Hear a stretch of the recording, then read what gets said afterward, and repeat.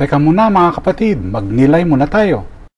Sa Ebanghelyo ngayon, sinabi ni Jesus sa kanyang mga alagad, "Kapayapaan ang iniiwan ko sa inyo, ang aking kapayapaan ang ibinibigay ko sa inyo."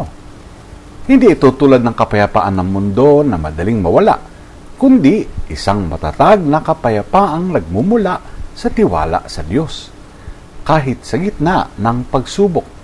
Alam mo ba na may isang insekto na kayang mabuhay muli kahit matuyo na ng tuluyan? Ang Polypedilum vanderplankii ay isang uri ng microscopicong insekto at ito ay maaring mawalan ng tubig at pumasok sa isang tila patay na estado sa loob ng maraming taon. Ngunit kapag nadiligan muli, ito ay nabubuhay na parang walang nangyari.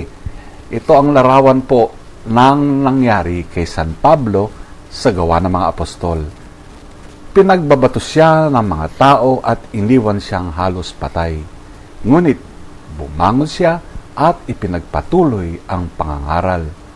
Ang kanyang pananampalataya ay tulad ng insektong ito, tila nawasak, tila namatay, ngunit hindi kailanman tuluyang natalo. Hindi siya pinanghinaan ng loob sapagkat alam niyang kasama niya si Kristo. Ang kapayapaan ni Jesus ay hindi nangangahulugan ng buhay na walang paghihirap. Sa halip, ito ay isang pusong nananatiling matatag kahit sa gitna ng pagsubok.